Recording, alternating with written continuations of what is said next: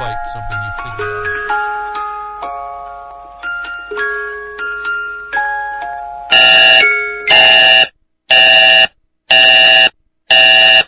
Take the red pill. You stay in Wonderland. And I show you how deep the rabbit hole goes. Is this the real life? Is this just fantasy? God damn it! My life has value! It's time to ask yourself what you believe. Mass murder, torture, perjury, embezzlement, fraud, deception, treason. These are just a few of your many crimes against humanity. You will not win this war, for you are fighting the very essence of humanity.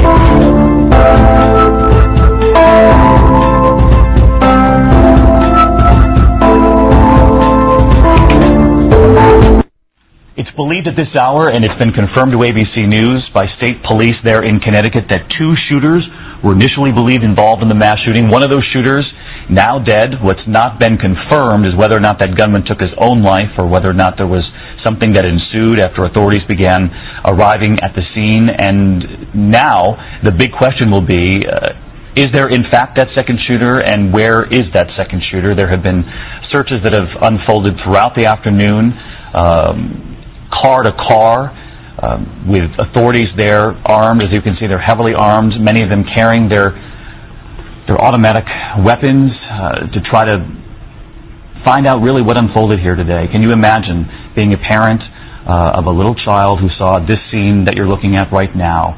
Just teams of authorities coming in holding guns. It's the kind of thing that you typically see in a television drama. And now these children will be asking their parents about the reality of what unfolded there at their elementary school today. Hi, welcome to Truth or Talk. I'm April Bowden. And I'm Virstyne Henry. Today we are going to do this quick impromptu show to talk about the recent shooting that took place in Connecticut. And just a couple other things that are on our mind, too, because we're actually on hiatus, but since this drama came up, we decided we needed to talk about it. So here we are. Yeah, we haven't posted any new shows since Thanksgiving, when that was our last new show that we had up, and I think that was the last one. Yeah, we'll be back with new shows in January. So we'll be back with new shows in January. We've been talking, or we've been going back and forth about this thing, and I think it was just sort of something that we needed to get off our chest and talk about, because it's so upsetting, and I don't know. So when did you first hear about it, Virstyne? What was your initial reaction? Oh, I woke up and my mom was like, "There's a shooting going on," and I was like, "Great." I thought false flag. I know, I should have. That was my first instinct, because I know that they've been. It's just the same MO. Oh, somebody comes in, no motive, shoots up a bunch of kids for fun, and then kills himself, right? Right. Or shoots up a movie theater full of people for fun, for shits and giggles, and then, if they don't kill themselves, they're out of their mind, but they're so out of their mind they can't explain themselves. They look like they're cracked out or it's too much. Now it's too much, it's the same. Then I was thinking about Columbine, and then, that flashed through my head, and, did the kids kill themselves, right? Or they were said to have killed themselves. What did you, Yeah, allegedly. If you, this is somebody I think everybody should look up, the name Senator John DeCamp. Senator John DeCamp, he's a former senator of Nebraska. He was a Vietnam vet. He had, so he's a well-respected person in the community, and he famously uncovered the Franklin scandal, which was, they were sex trafficking children out of the Boys Town Institution in Nebraska. And he uncovered this huge, sex ring that was just, child sex trafficking ring. And it was very dangerous. A lot of people involved were suicided, and it got, to this day, hardly anyone knows that happened. That's how well it was covered up.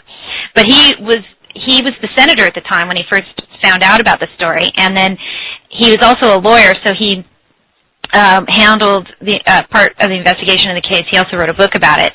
And some of the other cases that he's been involved in, his list of things that he's kind of been on the inside ground with it from Oklahoma City and also Columbine. Now, he represented, this is something most people don't know, he represented one of the victims in the Columbine shooting who was suing the manufacturer of Prozac. He said that the manufacturer of Prozac released this drug knowing that it caused suicidal behavior and psychotic tendencies. So one of the shooters at Columbine was on Prozac, and so this kid, one of the surviving victims, said he found that they had liability in the case. They did pay him a settlement. He got a lot of money. I don't remember how much it was. But Senator John DeCamp says, having reviewed the videos and read all of the documentation, all of the information, he does not believe, in fact, he knows for certain that that it was this one kid that was the one that was on Prozac that actually shot his friend and then shot himself. Because the official story is that they both committed suicide, but he says that's not true at all. I mean, he said his words, that's bullshit. He said, to the official story, I say bullshit. And so, Senator John DeCamp, maybe I'll play a clip of that from at the end of the show. But anyway, that's the official story, is that they both committed suicide. But who knows? Because as we know, the official story is almost always total bullshit. Yeah. Or at least partial bullshit. Yeah, yeah. It's never completely true. Yeah, exactly. So they have to add a little truth, I think, to make it believable, but then they just twist it around to make it, to manipulate us the best way they can. So, I don't know. I've been thinking lately, if the people in the school were armed, then their chances of survival would have been greater. Or maybe somebody knowing that they're going in a place where they're going to face resistance wouldn't even pull such a stunt like that, Well,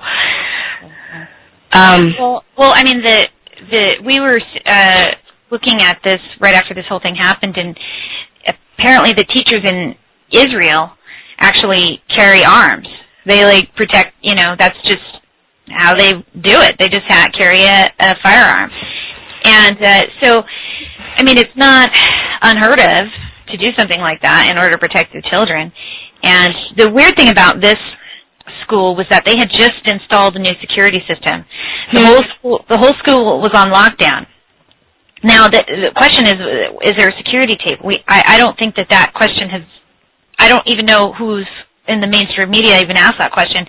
But if they just installed a new high-tech security system where there was no access into the building once school had started unless you were buzzed in. So this guy who just killed his mother, and his mother, by the way, worked at the school. And so it stands to reason that people at the school knew him. So you could say, plain they let him in. That they let him in, but the thing is, we don't know who buzzed him in. And he was dressed in padded sort of military gear, and so, allegedly.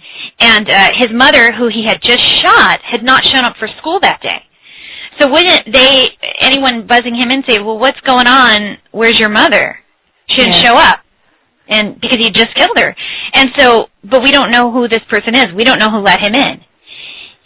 And there was also, when I first heard about this in the morning, they were talking of two shooters.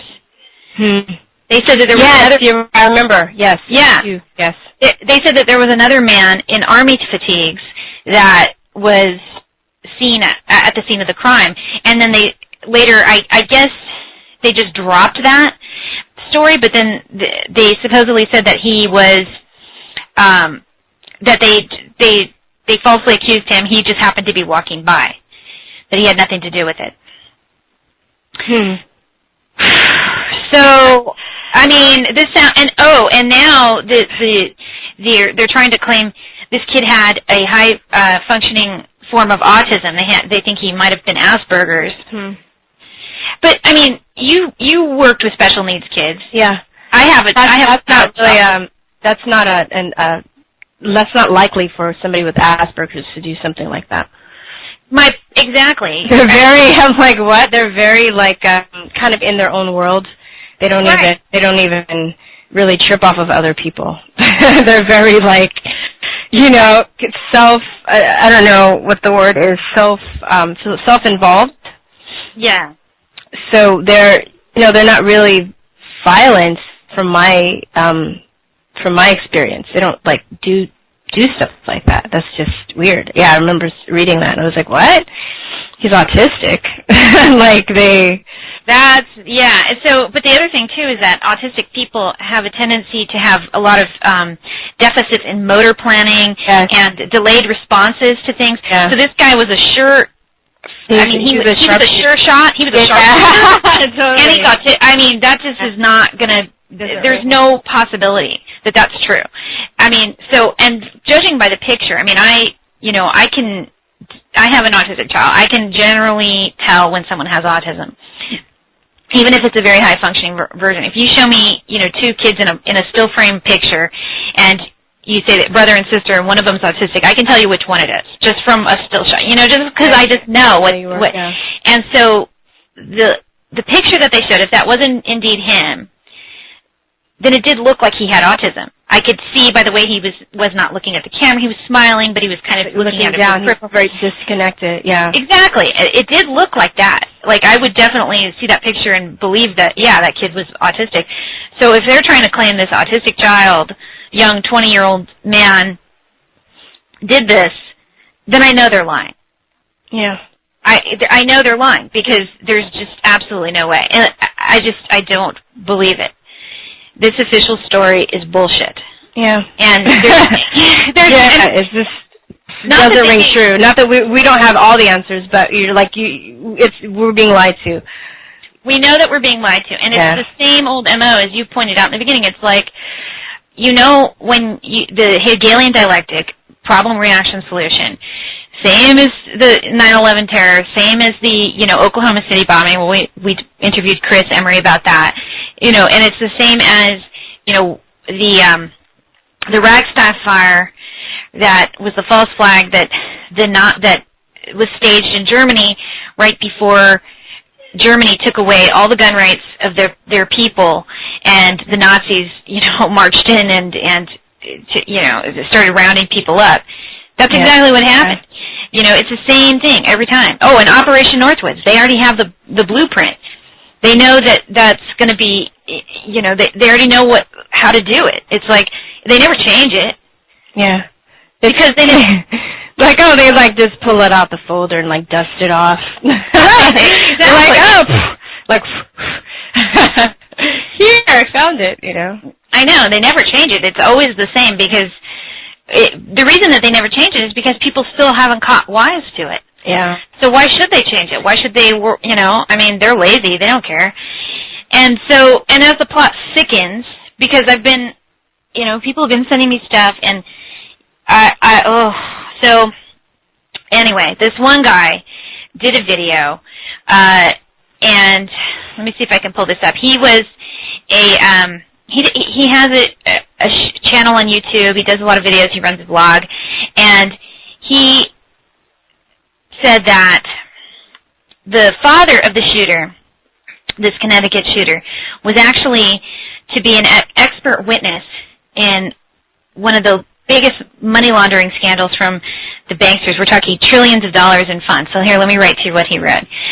The father of Newton, Connecticut school shooter Adam Lanza is Peter Lanza, who is the VP and tax director of GE Financial, GE General Electric, I think. Mm-hmm. The father of Aurora, Colorado movie theater shooter James Holmes is Robert Holmes, the lead scientist for the credit score company FICA. Both men were to testify before the U.S. Senate in the ongoing LIBOR scandal. The London Interbank Offered Rate, known as LIBOR, is the average interest rate at which banks can borrow from each other. 16 international banks 16 international banks have been implicated in this ongoing scandal, accused of rigging contracts worth trillions of dollars. HSBC has already been fined $1.9 billion, and 3 of their low-level traders arrested. So, yeah. So in other words, there's a connection, there appears to be a connection to this shooting and the Aurora shooting, because both of the shooters had a father who was going to be testifying in this case, testifying before the U.S. Senate in this ongoing scandal about money laundering from some of the largest banks, international banks in the world. 16 international banks. So we already know that, banksters are running the country. Banksters are gangsters. The banksters, no. The banksters make the Sopranos look like, the Teletubbies. I mean, they're not even here to play. Like, they're not. I mean, yeah. They're the mob for sure, because they will kill you, they will cut you, and they don't, as far as I can remember, I never saw anyone on The Sopranos, kill children. These guys will fucking kill a baby and not even care. I mean, they're sick, disgusting, vile scum of the earth. That's all they are. Yeah. And it's putrid and just vile and horrible. So coincidentally or not, these two shooters both had a father who was to be an expert witness in this case. And after these shootings took place, they are now dismissed from the case and not going to testify. And you can bet that after something like this happens, they're going to shut the fuck up, too. Yeah. Because they're going to, I get it. Because in the interest of saving the rest of their family and any more death, anyone would do the same. Yeah. I mean, it's like, though, too, it's like they when stuff like this happens, they kill more than two birds with one stone, or their attempt is to, right? So what you're saying, too, this could have been a thing, too, where they're getting to silence these two people that could come out and testify them and blow their lid, right? Right. They're also jumping on this probably to have more gun control. Absolutely. Right? Yeah, definitely. Which is something that, freaks me out because, I used to be a person that did not like guns at all. I mean, I still don't really like them. Let me take that back. I don't like guns. I don't like violence. I don't like killing people. I don't ever want to have to be in a situation where I have to do it. I remember my dad would talk to me about guns and, when he was, when the LA riots was going on, he had his own store. And thing went in place, and I know he was armed, and I know that was one of the things that helped save him. Right. So I was talking to somebody the other day, and they were talking about it's so funny, it was a week before the shooting happened, I don't know, we just got into just a conversation about gun control and stuff. Mm-hmm. And she was just like, we should control the guns, and I was like, no, but I didn't really go too deep into it with her because I felt like she was just really set on, I don't want to argue with her, basically. It was another colleague of mine that I work with, and, I try and be honest, but I'm also really careful, especially being a teacher. You have to, really think about things you say. You can't be super, super outspoken all the time, But, yeah, I've just also watched this documentary. Well, I'm still watching. I'm in the middle of it. It's called Innocence Betrayed. Mm-hmm. It talks about gun control throughout history and how after they've disarmed people, how they were able to overturn them. And a lot of people don't understand that this country, the people were running away from the British people, that they were being basically bullied and tortured by. That when they put this in our Second Amendment, it was to protect us from a tyrannical government. Right. And when I was in Taiwan, kids are like, they thought their image of Americans is that we were just running around shooting each other all the time. Mm-hmm. We had guns like that because they didn't have guns, Yeah. But the thing I about Taiwan too, I loved. It was really weird because they have some innocence that I feel that we've lost still as a society. They're very trusting and very very thoughtful when it comes to each other and even to me as a foreigner. I think they're very thoughtful, very trusting people. But at the same time, because they're trusting, they're kind of like, I'm not saying they're immature, but they're kind of like children. But like the good side of children, how children are very, thoughtful and trusting, right? But if the government came over and were to attack them, God forbid that were to happen, or turn against them, or some other country were to come and attack them, they wouldn't have a chance, and physically fighting back. Right. Because, they're not armed. And no, it's kind of an all or nothing thing. I mean, when you look at it, I agree that I don't necessarily, it's not that I like guns, it's that, if you have a government that is able to carry and is able to, but not only that, has a history of being aggressive and violent. Yeah. So we have a government that, we talked about this a little right before we started recording, was that the very same day that this shooting happened, we are engaging in yet another war. We're sending more troops now to Turkey to get involved with a dispute that they're having with Syria. And missiles and things like that. So while this is going on, we've killed how many children in Afghanistan? Drone bombs kill people too, right? Yeah. That was going on. There was a viral picture that was going around Facebook that was showing that there's something like 168 children killed by drones in I can't remember which last war. It's been so many. But the point is that they have a history of violence, and so we're going to let them carry guns, but not us. Yeah. That doesn't seem like a smart idea. And our government, we have to remember, it's our government, not the people of the country. I trust the people of the country more than I trust the rogue government.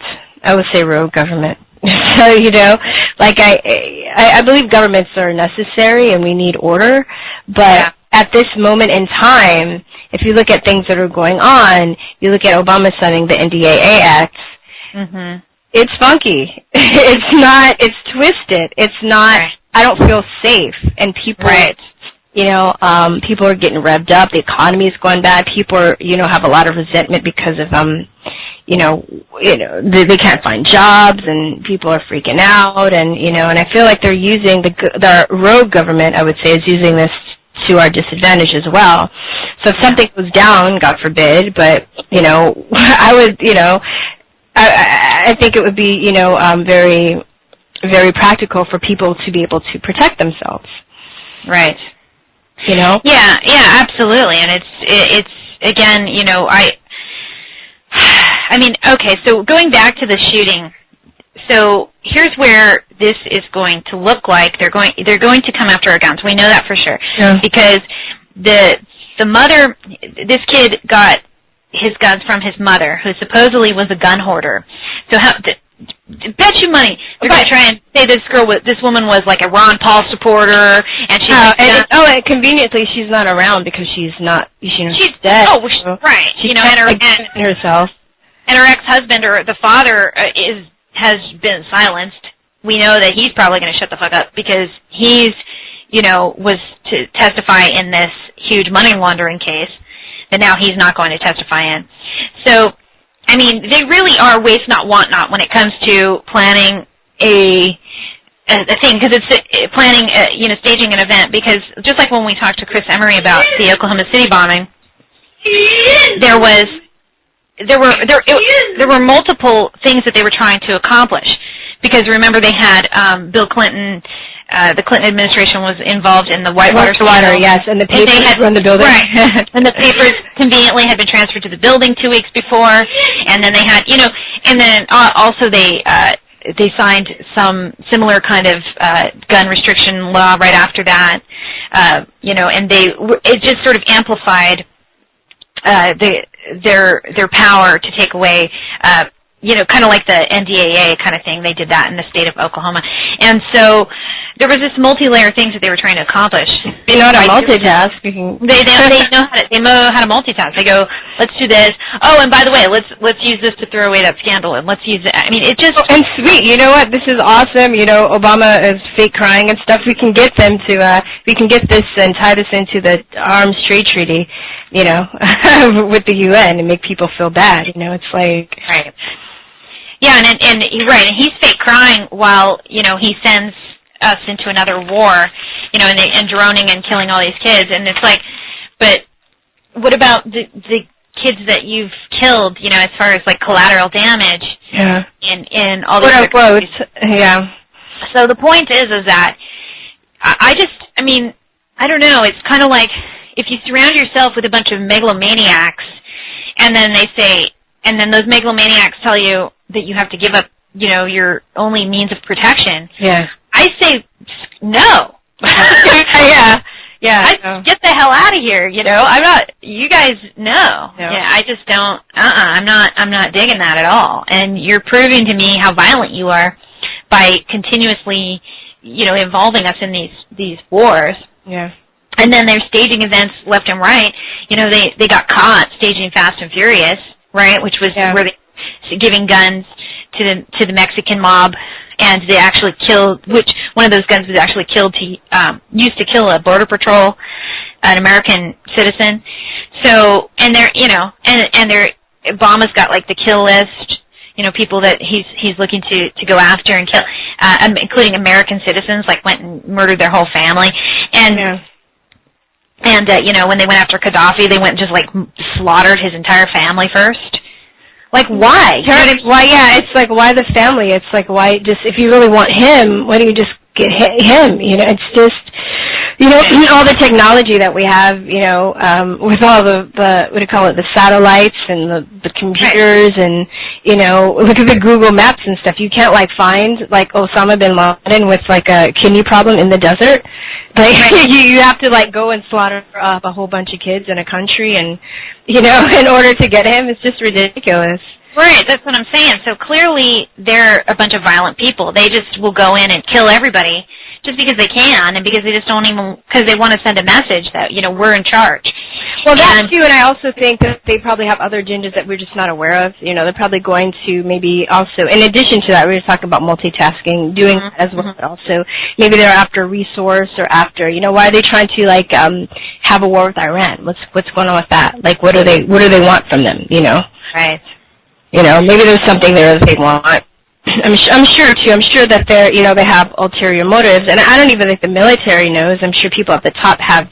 They're just, the military just follows orders, so they're just like, hey, go to this country, kill these people, clear the way for us, and it's just crazy. No, it is crazy, and you're right. There's probably so much that we don't even know.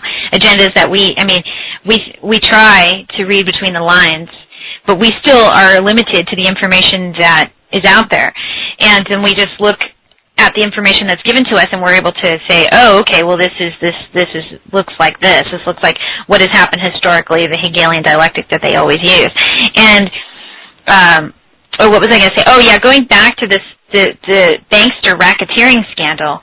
I posted that video that the guy made about the two fathers of the shooters, and so somebody sent me this right afterwards that was posted back in October, that another one of these people who was involved in this case had found his children were killed, and they blamed it on the nanny, and who then slit her own throat. And women don't usually kill themselves like that violently, too.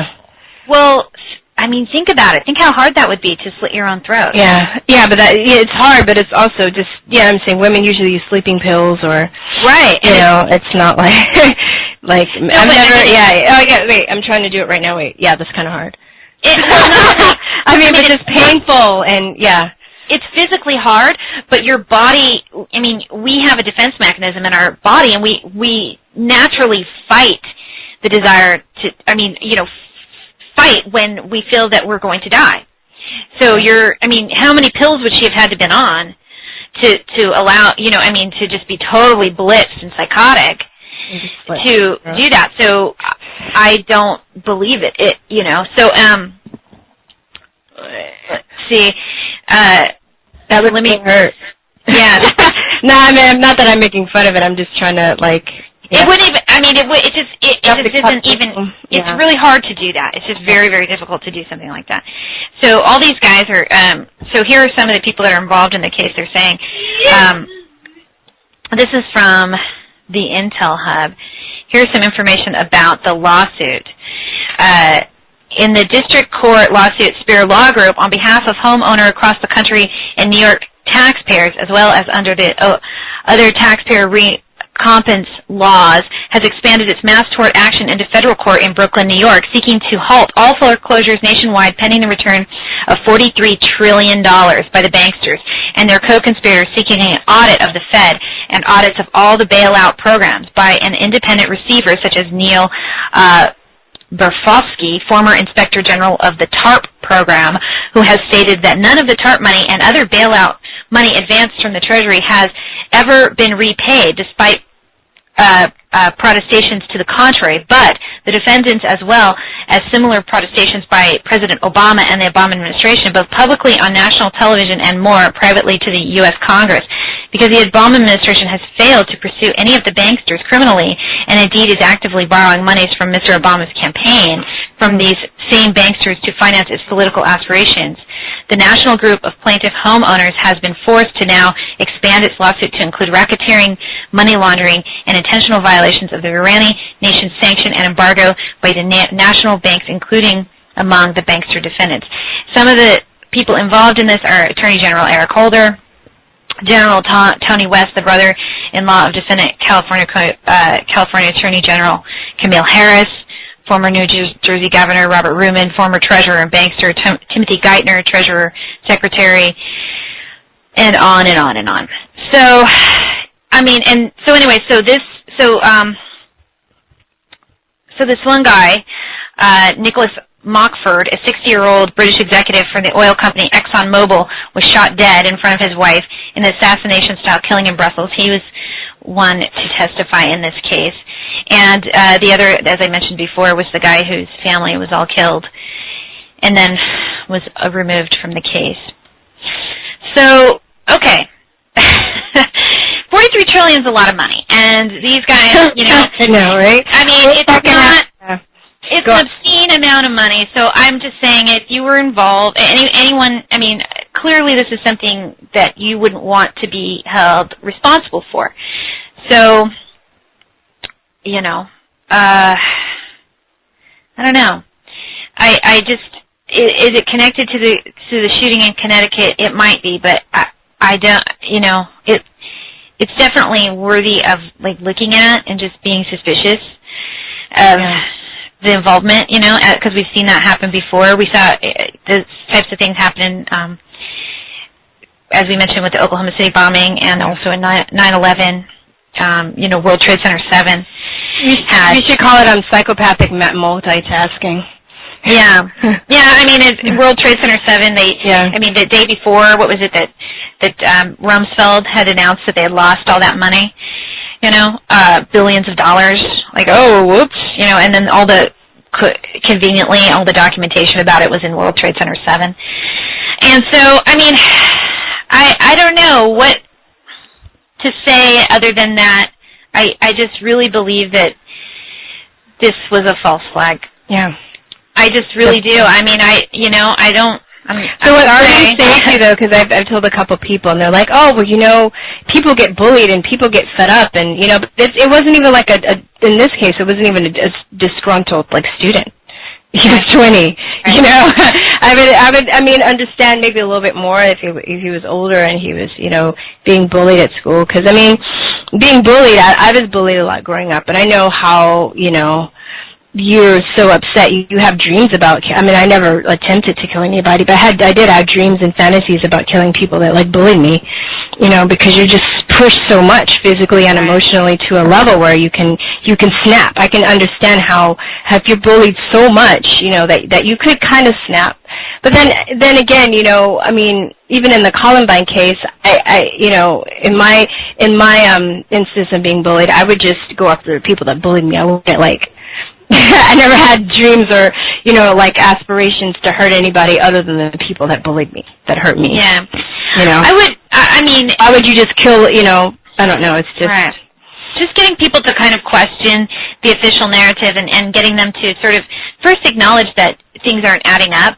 Yeah. You know, by first pointing out the sort of areas that, I don't know, just like how we talked at the beginning about how they're trying to pin this on a kid with autism, how that just really sounds like a lie. Just, you know, I mean, they might have propped him up to to be the shooter. I mean, I don't... And do it without help. Yeah. He did... You know what I mean? Even if it was there, if he was shooting, they did something to him, something. It's not like he did it by himself. Right. And if he had, I'm sorry, go on.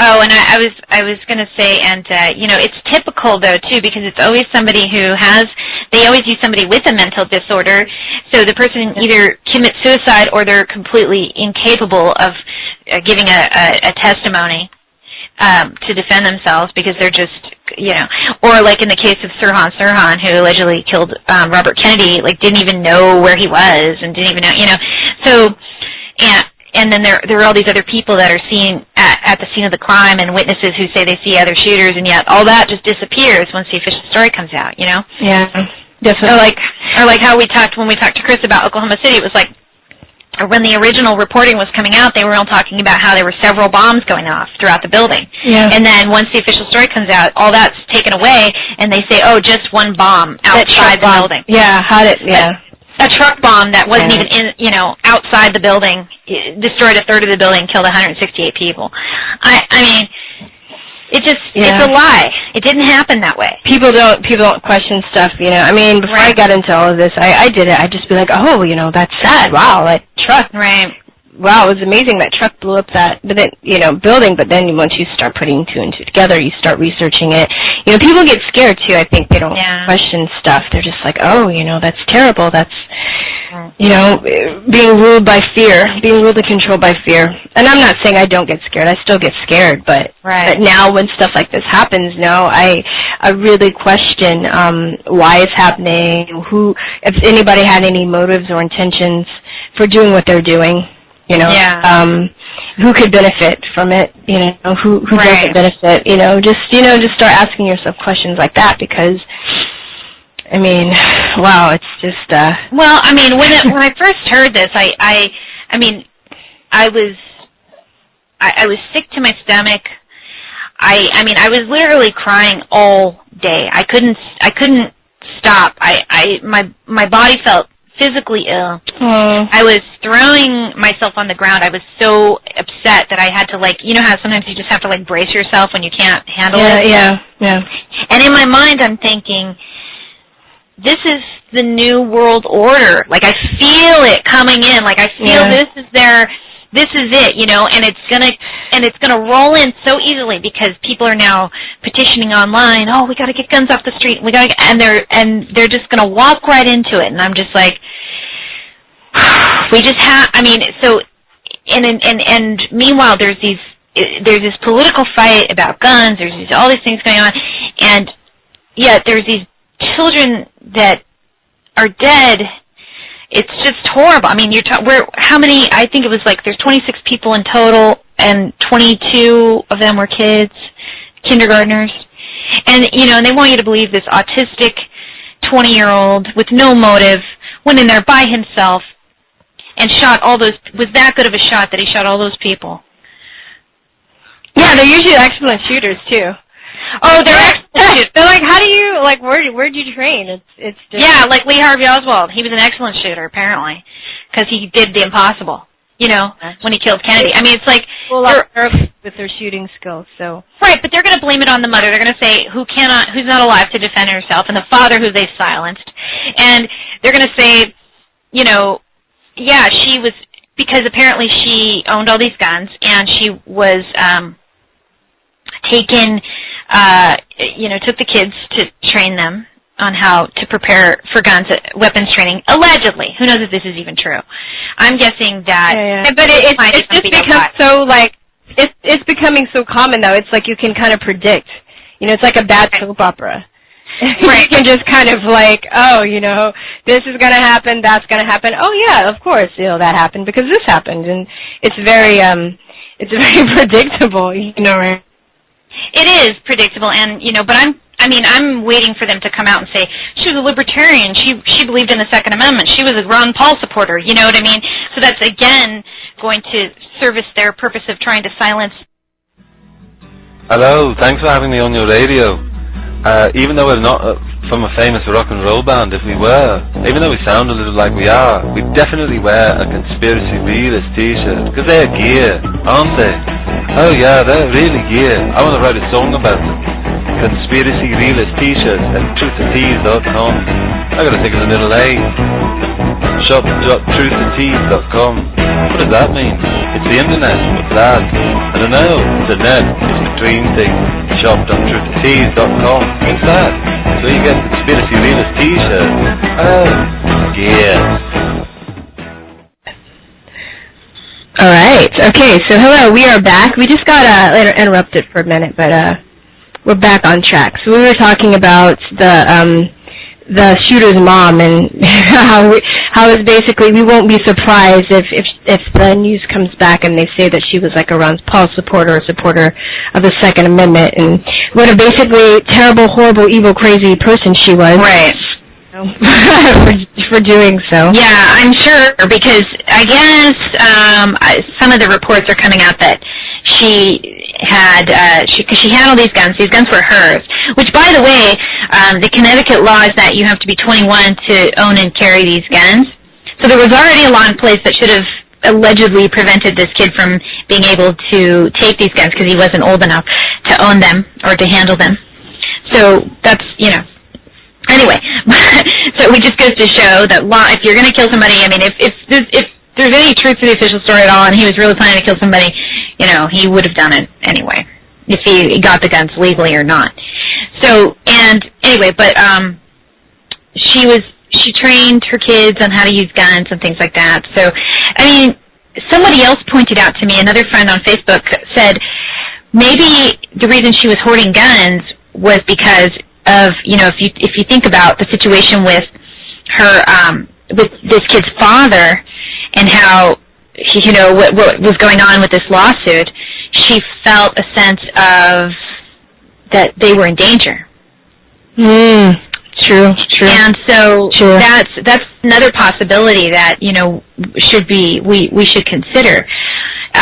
So if she had this feeling and she wanted to teach all the kids how to say, protect themselves, then I don't know. And I mean, a lot of people are coming out, and I guess some people who knew this kid are saying, he was weird, he was creepy, he was this and that. But I mean, those are normal kind of comments that someone would make. Yeah. Someone with Asperger's, especially after they do something too. Like, right. Yeah. And if the kid had Asperger's, he might come across that way, because a lot of times people with Asperger's don't. I mean, they come off as rude, or they come off as because they just don't. They're just in their own world. They don't connect with people. Right, they don't kind of relate. Yeah. So they're going to be antisocial anyway. Right, but they're not. But that's not going to make them likely to commit murder. It doesn't mean they're psychotic. It doesn't mean they're sociopaths and they want to hurt people. It's just, well, people collapse the two because they just don't. They don't understand. If they don't understand, they're just going to be like, I mean, he was weird. Now that I think about it. People. He never looked me in the eye. Yeah. When I talked to him. People tend to have sympathy for people like my son. Who he's.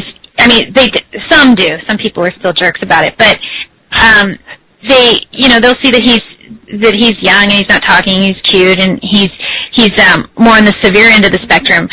But when you're on the high end of the spectrum, a lot of times they don't understand. They think you're just acting up, or you're just being rude, or you're just being, And so it would make sense that he would be the kind of person that they could pin this on, because they're just going to say, well,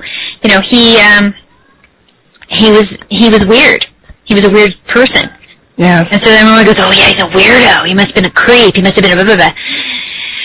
Woo! But, and then, so now that I brought that fact up, what about, the stuff that Aaron McCollum talked about with his brother with Asperger's and things like that? Oh, I remember, listeners, there's an interview you can probably look up on YouTube. This is probably on YouTube from Project Camelot, and there was a guy named Aaron McCollum who basically was, would you say like MK Ultra? Yeah. Kind of a survivor, I would say, a whistleblower. Yep. And he talks about how they like to use people with Asperger's too, because they're easy to control because they don't question things, and they don't really have any, I wouldn't say like remorse for people, but what is the word? there may be connection. They're disconnected from people. Right. Not all Asperger's, but mostly, Right. It's easy too for them because they don't question anything. They just do what they're told, and so they're easy. They're good little soldiers, so to speak. Yeah. Well, yeah, so they're high functioning, and a lot of them, I would say, smart, a lot of them are very smart, and some of them, even a small percentage, actually have like genius, like savant type qualities. And so this is how he described his own brother, who he said was savant-like, worked for NASA, is very heavily involved in these programs, but he doesn't question anything because he's smart. Yeah. He just does what he's told. He just follows the orders. Yeah, exactly. A lot of people with autism, they like structure and rules because it makes sense to them. And they don't, their brains, function differently in the sense that they don't always understand open-ended things. They don't understand things that, don't have a beginning and an end. So when you give them projects to work on that are very structured in nature and have a lot of rules, that they'll go, oh yeah, I get that. And and they don't question. They just go like tunnel vision almost. Exactly. They're very I can't think of the word. But yeah, you're right. It's really the word thing. Tunnel vision is the perfect way to describe it. It's just tunnel vision. They don't go out straight through. Yeah, exactly. And they don't question that. Whatever they're doing, they're just going to do it. And so, and some of them can be savant-like. It's like, but that's all. But but like their emotional side, they may be extremely maybe left-brained, I would say. Right. And I think that he even kind of questioned, to a certain extent, Aaron McCullen. I don't think he really knew for certain, but he had maybe some questions as to whether this is sometimes engineered. That they're actually engineering the mental disorders in order to create, to basically genetically engineer these type of people to carry out these things. There was another, what was that guy's name? It was, I think his name is Dan something. I remember watching another interview through Project Camelot, and there's this guy who was like, I think he's a microbiologist, and he was, he seemed like he may have had Asperger's, just looking at how he was, and how, when he was being interviewed and how he reacted and stuff. I don't know for sure, but I'm thinking that he might have had Asperger's. He's a really, really smart guy. And I remember when, I think they interviewed Burgermeister, or they had some like questioning as to the flu vaccine, right? And what they were putting into him. Like I saw like a follow-up interview like a few months ago where Bill and Carrie were talking about what they were up to and why they had separated and all these other things, and they were saying that that guy, that the microbiologist, when that came out, he was very he just cut them off. He was like very angry because he was working in the government as like a microbiologist, just basically doing what they were doing. When they interviewed him, doing what he was supposed to, doing basically following orders, right? Mm-hmm. So when this question of maybe malintent came into the picture, that the government was doing certain things to like harm the health of the public, he took it like very personally, was like very upset and like cut them off. I feel like you rambled a little bit. Did that make any sense as far as how people with Asperger's may be working for government, but then they don't really but basically they just follow orders, they do what they're told. If anybody also like brings any something different to the playing field, something different to the picture, they get very defensive. Mm-hmm. And very like offended, and they're basically loyal, I guess, to the people that telling them or controlling. I don't want to say controlling. I guess I could say controlling, but they're very loyal to the people that gave them the structure and the set of rules, I guess, so to speak, right? And they don't like, if anybody else approaches them with anything different than that, it kind of like rocks their world and it makes them very uncomfortable. Yeah, no, that makes sense. Sorry, I feel like no, that makes sense, because that's why it would work and why they would be good, uses to be used. I mean, that's what these MK Ultra programs were designed to do. They were designed to take people and make mind control them, but they wanted to do different things. They wanted to have certain people were going to be used for sex, certain people were going to be used for, warfare, others were going to be used to carry these kinds of things out so they wouldn't, it wouldn't make sense to people, or, they wouldn't be able to defend themselves. Or like when we interview, again, I talk about Chris Emery because he's an expert on this, and we hope to talk to him in the future about this because he just did a film on the MK Ultra project. But when we talked to him about Oklahoma City, it was brought up how the Timothy McVeigh was being overseen by these what the guy from the MK Ultra project, Julian West. Oh, Jolyon West. Yeah. So it was sort of, and this was the same guy who also worked with Arizona Wilder. He worked with Sirhan Sirhan, who we brought up a minute ago, who killed allegedly. Oh, really? Wow. He also worked with I want to say Charles Manson. I mean, so there was like a number of people that he, that were in very kind of fishy involvements and who look like they may have been under MK Ultra. So, just coincidentally, it was this all working with this one particular psychologist who was one of the developers and the designers of the MK Ultra project. Oh, that's very curious. Very curious, very peculiar. Very peculiar indeed, I mean, so I don't know. I don't know. I mean, I just, and getting back, I mean, I know we're talking about a number of different things, but getting back to the gun control thing, I just saw someone kind of talk about, I just saw someone talking about the gun control issue and how they're saying, people who are, after this violent act, people are saying, oh, more violence is the answer because people don't want to give up their guns. So, what do you think about something like that? Do you think... You say, wait, I missed up. You said that people are saying more violence is the answer, sarcastically? Yeah, they're saying kind of how... like JB Ghetto Crime Fighter? Right, they're making fun of people like us who are saying we don't want to have our guns taken away by saying that saying that we want to have a Second Amendment, we want to keep our Second Amendment intact, that we're actually calling for more violence. So what I say to that, I think their heart's in the right place. I don't know, because April and I had an encounter with a guy, we'll just call him JB Ghetto Crime Fighter. I remember I put like a pro-gun poster on my wall. It was a picture of a gun hanging off of a tree, not a picture, it was like a carved out gun or something, right, sign hanging off a tree. It says, we don't call 911. And then, this is around the time that the Trayvon Martin incident happened. Right. So he was like, well, obviously, he would have been shot. He wouldn't have been shot if guns weren't allowed. And right. And we were like, we just had to like shut him down, basically. Right. But knowing this guy, his heart is in the right place. I think, he's actually involved in an anti-gun movement of some sort. He's like, I'm working hard in South Central, trying to rid the ghetto of guns. And I'm like, well, good luck, because that's not going to happen. And a lot of Black and Latino males are very aware of corrupted government and corrupted law enforcement. Right. So I know they're not going to be giving up their guns. Right. For sure.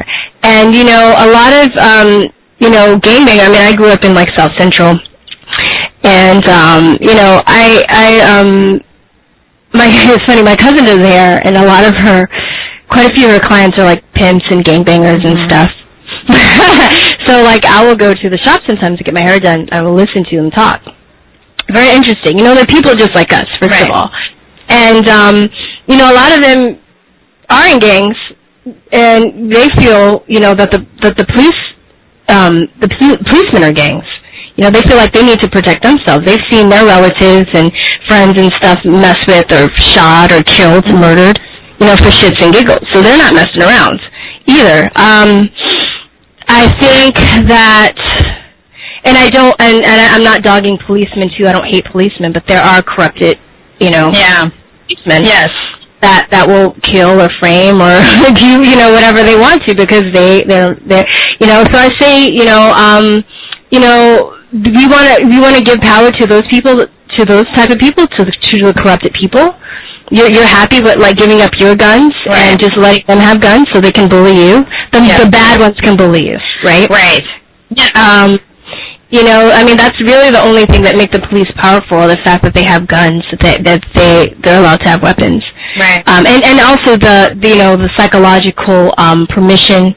Oh God, I can't think of the word, but we're also, we're in society, we've agreed, we've bought into the agreement, that they're authoritarians. We have to do what they say. Right. But and because of that, people usually do what they're told by the policemen, but they forget the policemen, military people, the people that have these guns are people too. Right. Now they have capacity for good and evil just like we do. Yes. I don't trust our government, our law enforcement, where it's going. I actually trust my neighbor. I trust people more than I do. But those people. But in a situation where, God forbid, that were to happen to me in a school, or as being a teacher, I would had to have a gun by myself. I know. Well, go ahead. Well, at the time, 911 is called, how many people are dead? Right. And Israel arms their children, their teachers. It's like... Yeah, Israel arms their teachers, and Switzerland, and I can't remember ever hearing of a gun shooting happening in Israel in a child's classroom. I can't remember ever hearing of that ever happening. I'm not saying it didn't. I'm just saying I've never heard of it. And Switzerland, again, has extremely low crime. Everybody in the country is armed and trained. So it's not only are they given guns, but it's actually part of your, you need that to graduate from high school. It's like, in Mexico has a very low, it's restricted gun control, yet a very high crime rate. Yeah. So I just think Exactly. So it's really, I agree with you. I think their heart's in the right place. I think they feel that it's going, but it's only because they really don't understand the depths of what's going on. I really think that they don't get that, as we talked about, our founders and why they decided upon the Bill of Rights, the Second Amendment, the First Amendment, what they were doing was ensuring that people would have the right to, these weren't laws that they created. They were saying, these are your God-given rights. You have, based on their experiences, right? Running a tyrannical. No one can take away what rights have been bestowed to you by your Creator, by God. You have the right to your property. You have the right to own property. You have the right to own, to say what you will, regardless of whether or not people find it offensive. And so the thing is so you have a First Amendment speech. They were saying no one can take these things away from you because this is your God-given right. And so people don't even realize it's not a law. It's actually, they're saying this is your right under God. You know what I'm saying? And I know that sounds weird because you're like, well, God didn't, want to put a gun in your hand. No, but God said, do what you will with your own property. And, this is the body. Doing it to protect yourself. Yeah, to protect your body. You can put drugs in your body. You can put whatever. You can destroy it if you want. You can take care of it if you want. It's up to you. I've just given you this and the rest is up to you. So it's I don't think that they get that. I don't think that they really know who runs our government, who's running the Yeah. They don't know anything about that, and if they can't even comprehend it. They're like, oh, you're just a conspiracy theorist. Right, they write you up because it's something that you have to come to, and it's almost like you have to you just have to know it. It's like I can't even explain it. It's like jumping off a cliff. You do it and it's over. It's jumping down the rabbit hole as we use that metaphor, because that's it. You go in, it's a one-way trip. And some people just don't go that way. They still even they want to give government all these powers and not give them the rights to do all these things. And it's just I don't know. It's weird. So There's this really, really good, I'm going to see if I can send it to you. There's a clip of Angela Davis talking about revolting, right? And this guy's interviewing her, and he's like, well, don't you think it's like, he said, I'm paraphrasing because I don't remember exactly what he says, but he says something to the effect that, don't you think that, like, it's violent for blacks to have guns? And she's like, she basically says that somebody that's asking me that question has no idea what blacks have been through in this country. And I'm using her example as an example for the whole country, but I'm just saying, like, she's talking about, like, how, they were bullied, and, that how she's had people murdered and lynched and bombed. And after all that happened, like, she's still not, she doesn't have a right to own a gun to protect herself from that happening to her. I can't say it as eloquently as she did, but maybe I can find the clip and we can use it. But basically, just with the rogue government that's going on, I'm not just saying this is, I mean, with the thing about with the gangbangers, I think they're very well aware. Being a black person too, if you're abused and stuff, I think you're very well aware. But if you haven't had that experience, you can't really comprehend how it relates to you. Right. But, they will if they get, I mean, they get, everybody is disarmed, and then they start to get bullied, then they'll start to understand it. But I just hope that it doesn't come to that point in this country, where everybody's disarmed and we're just, like, helpless. Docs. We're just basically, giving this, I mean, the most violent, aggressive, vile psychopaths in world history. I mean, we look way worse than, the Romans or anybody else who came in and created an empire. I mean, the missionaries, all these people that went and just slaughtered we're just doing that left and right.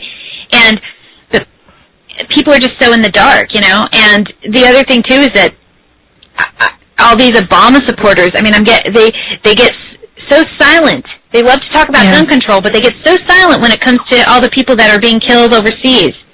I know. And I just, oh God, that gives me nightmares. I was really upset about the war in Libya. And I'm sorry, like, I mean, I drank Obama Kool-Aid for a minute. But that was the one thing that got me thinking, like, wait, huh? Because I love children and I hate war.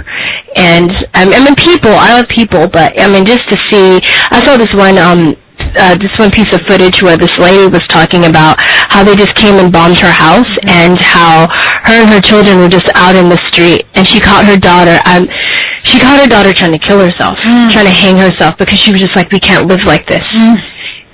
So psychologically too, not only people are being injured, they're using depleted uranium, babies are being born with, like, multiple arms and noses and legs, or no arms or noses and legs, and and then also they're being homeless, they're being victims of malnutrition. I mean, just all of these abominable things are going on, and in these other countries, and yet people want to turn the blind eye to it. And I don't want anything bad to happen, but there's sometimes just a part of me that thinks that people aren't going to get it until it happens to them. No, they won't, and that's right. It's going to it's the same as with the Jews in Nazi Germany. At first, they just were like, "Fine, we'll wear the star. We're proud of our heritage. We don't mind." Yeah. And it's just and it's the same thing left and right. They were disarmed. Before they were taken over. Right, because they had a false flag called the Reichstag fire. It never happened. Yeah. It was started by the German government, and they used that to frighten everybody. They blamed it on communists. And that's why I'm saying they're going to do this. They're going to say they're going to blame it on libertarians, people that believe in the Constitution and gun rights, because they've always been after us. They've always been after our kind of, our truthers and people on that kind of, that, or either Ron Paul supporters or, in the truth movement in some way. And it's so clear that, I mean, that's what they're going to do, but I don't know. It's just, so, I think what's this video you're sending me? Is this the Angela Davis thing? Yeah. Okay. So why don't I play, I'll splice that into the show somewhere in here. I'll put that at the end. So and everybody can listen to that, because it's true. When you've been oppressed, you actually understand the need to defend yourself.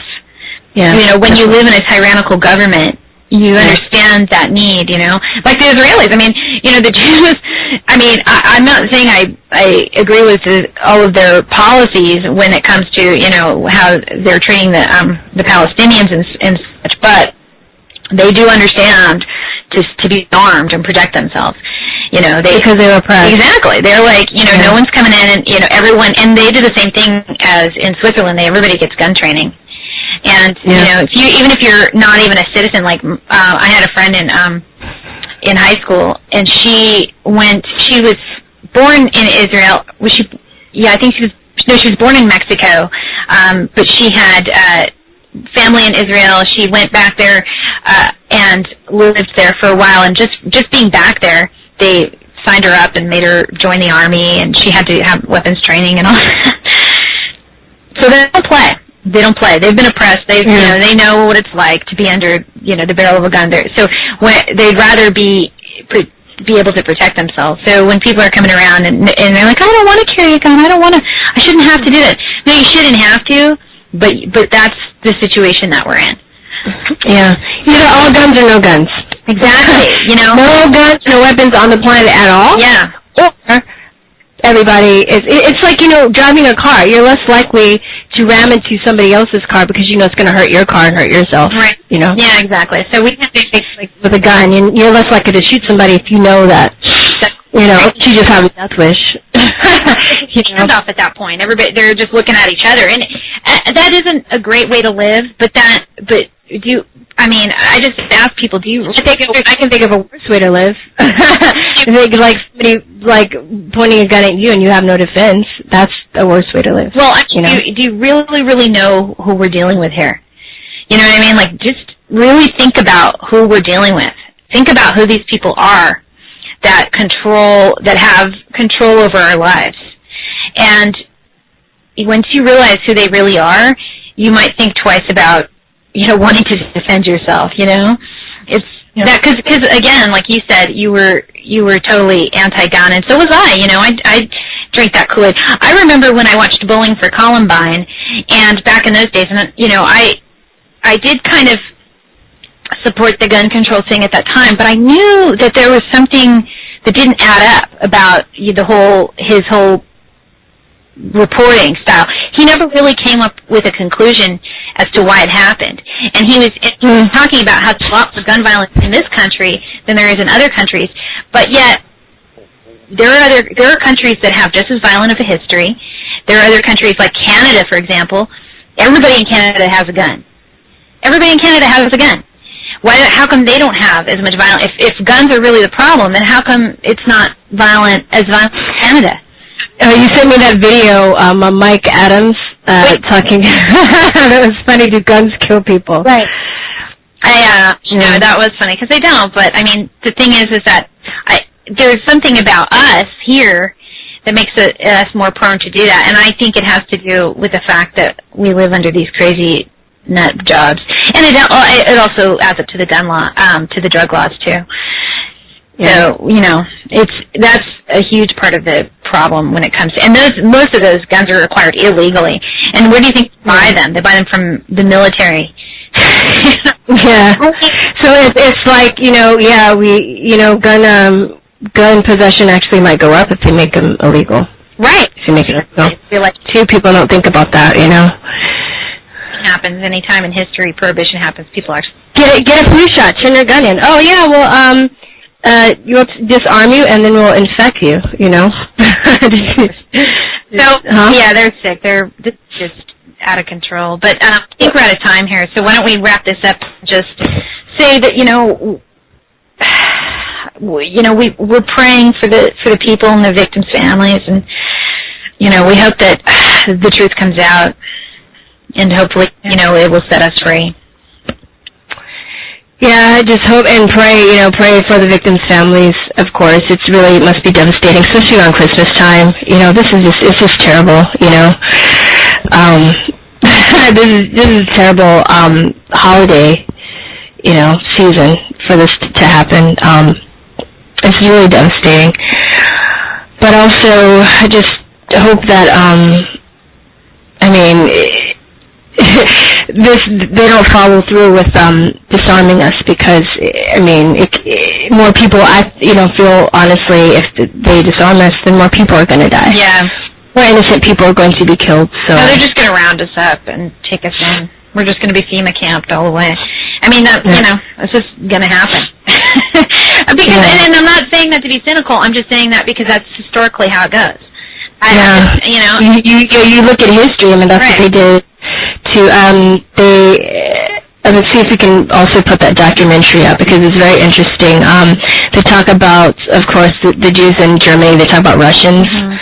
That's why I think they oppose. Oh, I don't know if I mentioned that there's they're going to revote on the arms trade treaty coming up in March. Yeah. And Russia was one of the countries that opposed it. And I'm thinking, because of their history, they know they were disarmed. Right. And they were rounded up and killed. Yeah. So they're not playing around. They know. They know their history, you know. And same thing with the Khmer Rouge, those people, they were helpless to defend themselves when they came into Cambodia and just slaughtered all those people. It was just devastating. So, God, I don't want to live in a world where, I have to carry a gun in my hand to protect myself. But if I am living in a world where that's going crazy, that's, full of psychopathic, rogue nut jobs that have stated in their documents that they want to kill us, that have operational FEMA camps going. Yeah. That are injecting us with chemicals, with vaccines, putting shit in our food, in our water supply. Yeah. That's sicker and dumber. Really? Would you? It's like you have a serial killer that's a roommate, and then they fix you breakfast, and they're slowly putting arsenic in it, and you know what I mean? And then you find out they have weapons and stuff. Wouldn't you? Well, first, I guess you would move out, but at the same time, wouldn't you want to defend yourself? Yeah. It's just, no, it's true. It just stands to reason when you want to defend yourself. So if you have to, that's the whole thing, is that we have to. It's not that we want to. We want to live in a world where people aren't like that. But, just naked in the forest and, Yeah. it's seriously have fun and smell flowers and, create. Yeah. Really, that's what I want to do, but at this time, and maybe in the future that will be an option, but now it's not. So. Right. Well, on that note, I guess, I don't know. We have to go, but it's just, I'm really, really sad. I really wish we didn't have to talk about this. And we didn't even get a chance to talk about the other shootings. There's been several, but this has been the worst because it's just so many people and just kids mostly. So I don't know. Just think about this, people. Just think about it critically, and think about they're trying to pin it on this guy. When they come out with lone gunmen, just know it's a lie. Just know it is, because it always is. Yeah. And I hate to sound like that, because it's she's just a conspiracy. No. You're a conspiracy realist, girl. We're conspiracy realists. We are conspiracy realists, because it's just, we just pay attention. That's just historically how it goes. And once you open your eyes to it, you'll see that it's all around you. It's and that was the other thing, too, is that I was so upset, and I felt like when I was watching the newscast and the media, and the lady that was giving the report clearly had a lot of plastic surgery, and then the guy she was talking to, he looked like he had some, and I was sort of feeling like I was watching, like I was in the movie They Live. You know what I mean? Oh, yes! It was so surreal. It was like, it wasn't even a real life situation. I was in a movie. I was sort of going, oh, well, these people, I could almost see their reptile skin coming out. It was gross. It was really strange. But anyway, on that note, I guess just, put on the glasses, take the red pill, figure it out, because, we don't have all the answers, but we certainly know that. And don't drink any more Kool-Aid. Yeah, we certainly know that to be critical and to know that, we're being lied to. Whether or not this was MK Ultra or this was, plotted false, whatever it was, just know that it's a lie. That what's coming out is a lie. or to be at least critical, at least consider the fact that it might be. Yes. Anyway, just stay safe out there. We pray for peace. Have a nice holiday. We will be back. We'll be back with brand new episodes in January. I can't wait to get back. I'm very excited. Yeah, we'll have some really interesting guests. We got a lot of people who want to be on the show, so we're excited about that. And we'll talk to them next month. So stay tuned and peace, truth, and love. I'm sorry. You were saying you said sorry. Peace, truth, and love. Peace, truth, and love. All right. Bye-bye. I'm from Littleton, Colorado myself, and I personally know a lot of the students and parents who were affected that day in the shootings. You were asked by at least one of the families to become involved in that. What was your involvement in? I filed a lawsuit on behalf of one of the kids.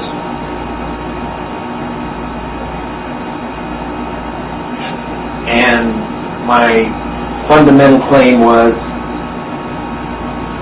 that one of the drugs this boy, Harris, was taking, my lawsuit claimed then that one of the major effects of this particular drug causes teenagers particularly to be suicidal. You follow what I'm saying? Yes. And to make a long story short, of course, you're fighting Solvay was the drug company involved. They manufacture whatever the drugs are. Can you spell that? S-O-L-V-A-Y. Anyway, and of course the drug companies fight it with a passion and bring in the toughest people in the world. I kept battling, but the amazing thing to me is the careful control. As I say, this is why I've become a little cynical about government, because it seems that at key places there are government officials that don't always do what the people need and want and should receive. Unfortunately and tragically, and I hope it changes someday, I can't talk about certain things. I'm the only person who's taken a deposition of the Harris family, of the doctors that were treating this young boy. And I'm the only one who's seen, other than certain certain officials, all kinds of things in this case that are now sealed, and they're trying to be destroyed, as you know. And in fact, I had 2 federal marshals show up in my office, law office, when the judge ordered these things sealed and record destroyed, to go through my files to take copies of, if you can believe it, certain depositions I had taken. So all I can do now, because I finally stepped out of the lawsuit and the kid settled for, got a settlement of a few $1,000 or something, that's secret and whatever. My claim there that these drugs cause a certain amount of children to be very suicidal. Where they just want to do it in a dramatic fashion and so on and so forth. And just study the whole picture of what actually happened there in Columbine. And if they ever release or don't destroy all the records on this case, I think you'll find that is the most accurate lawsuit that was ever filed on this whole thing. But what is most interesting, once the lawsuit was dismissed, and their penny dollars they paid the kid, once that was done, what has happened since then? The federal government and the drug companies have all reached agreements that on these particular drugs now, these antidepressant drugs, they have to put all kinds of big notices, and that's the first big notice there is on the drug about how they cause suicide in children, so on and so forth, young people. You do know that, right? You can't pick any of those major ones now that isn't there. And I have no doubt that someday, now this is my opinion, so district court officials, you can't do anything, this is my belief and opinion, personal, okay, from just everything. I have no doubt that the drugs were a major factor in this boy committing suicide and, contrary to what most people maybe know or think, executing his own buddy, Klebold there, killing him when Klebold didn't want to die. And you just had to see all these basement tapes they made and know the whole story, and you'd have no doubt that those are the things they won't release or let the public have, and they keep talking about destroying, and I don't know how much has been destroyed now, but if you ever saw those basement tapes and all that stuff, you would have no doubt. No, I thought the official story was that they each committed suicide individually. And my answer to that is bullshit. Thank you for that. Mr. Klebold, Mr. Harris is there. I think Mr. Klebold maybe wasn't quite as willing to blow his own brains out, so Mr. Harris, I believe, helped him. Was I there? No. Did I see it? No. I'm just going on the basis of I thought you did see some of the tapes from the high school. I saw all the stuff. All the stuff, including the basement tapes, including this, including that. I'm just telling you what I believe. I believe. Anyway, there's no doubt in my mind that the key factor.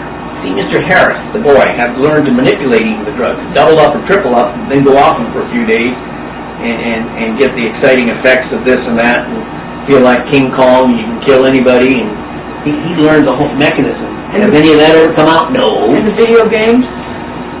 The video games, of course, my lawsuit also involved that, by the way.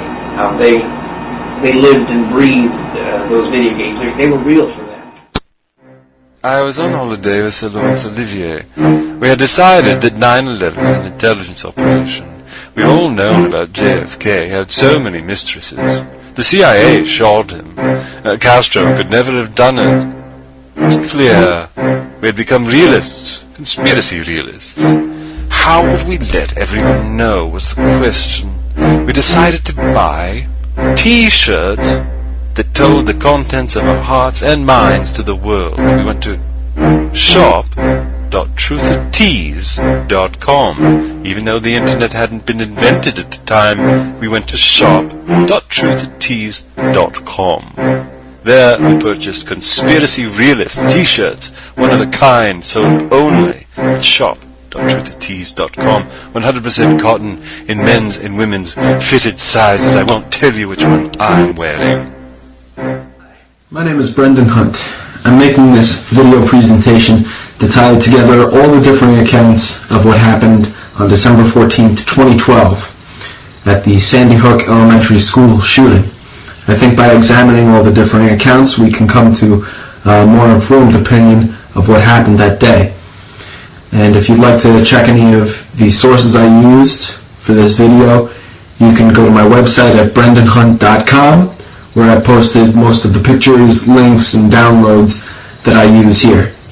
I think we should start by examining the official narrative of what happened that day, and I'm going to look at the police scanner audio that's available. It's a 2-hour block of audio, so I'm just going to run through the first hour or so with you, skipping over the pieces that are garbled transmissions or blocks of silence, and I'm just going to run through what they actually say in the police scanner audio with you.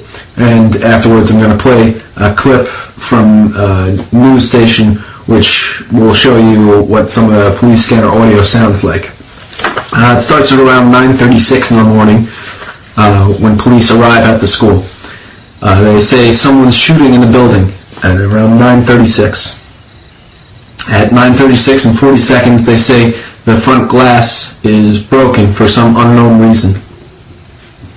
At 9:37 they say continuing gunfire. At 9:38 they say the shooting appears to have stopped and the school is in lockdown. At 9:39 they say the teachers are reporting 2 shadows ran past the building, past the gym, in the rear. 9:39 and 20 seconds, your police officers say, yeah, we got them, they're coming out at me on something road on the left side. At 9:39 and 45 seconds, you hear somebody say, this is it. 15 seconds later, 9:40, you hear a request for 2 ambulances. At 9:40 and 30 seconds, you hear somebody say that there's still shooting going on in the building. At 9:41, you hear somebody say to, I'm assuming police arriving on the scene, that make sure you got your vest. 9:41 and 19 seconds, you hear somebody say that they've apprehended somebody and they have them proned out, which means lying on the ground. So somebody was detained, at least briefly, at that school. Now I'll get into it later, but it seems to be that this person who was lying prone on the ground is a man named Chris Manfredonia, who is allegedly a parent of one of the surviving children at the school, who was there to make gingerbread houses with his child that morning, and who, when he sensed the danger, somehow ran around the side of the building towards the back to look for a way in. And that's when he was found by police. So to return back to the timeline, we're at 9:41 and 19 seconds where he got proned out. 9:42, there are shots in front of the school. At 9:45, around 50 seconds, you hear somebody say, we got bodies in here. 9:46, there's an injured person in room number 9, numerous gunshot wounds. 9:47, they're still unsure of the shooter's location, unknown shooter location. 9:48, there's a second medic requested. 9:49, shots fired 3 minutes ago, they say. 9:53, one suspect down, building now cleared. So they've found somebody. One suspect down could mean Adam Lanza, the person who's allegedly the shooter involved in this event, or it could be, I suppose, one suspect down meaning the guy who's lying down on the ground. We don't know. Multiple weapons, including a long rifle and shotgun, are announced at 9:55. So that means that by 9:55 the police have found not only a long rifle, but a shotgun.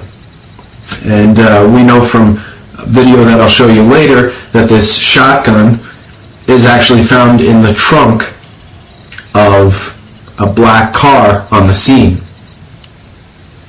So by 9:55, if this is correct, they're announcing they found the shotgun. That means that they've found the suspect's car already and opened up the trunk and found this shotgun, which doesn't really make sense with the narrative they're trying to give us.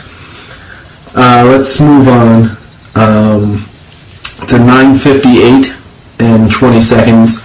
You hear something strange in the police scanner audio. I'm not sure what it is. People online are saying that it sounds like ends the life of Adam. I don't know, you should look for yourself and listen to it and see what you think. I don't really know what to make that. It does sound weird and it sticks out when you're listening to the police scanner audio. Let's move on. At 10 o'clock and 15 seconds, you hear somebody say, get someone on the roof to clear it. At 10:01, somebody says, get the bus. Now at 10:01 and 10 seconds, they start reading off license plates that I'm assuming are in this parking lot. They say 722 ZHA, the first one. That's at 10:01 and 10 seconds around. 10:01 and 40 seconds, somebody says they're running out of EMS, send from another town, please. 10:02, somebody says a patient was brought by police car somewhere. At 10:02 and 10 seconds, another license plate is announced, a Connecticut trailer V87278. So that's about a minute after they announced the last one. 10:04, medical emergencies are announced. 10:04 and 30 seconds, they're talking about a staging area for parents who are arriving on the scene. At 10:05 and 50 seconds, they say, now this is the key license plate that they talk about. At 10:05 and around 50 seconds, they say the license plate 872YEO as a possible suspect vehicle. Now 10 seconds later, somebody says, run the operator. And about 15 seconds after that, you hear the name, operator, first name, Chris Rodia, R-O-D-I-A. And then there's some garbled transmission, and then you hear the birth date being given as August 6th, 1969.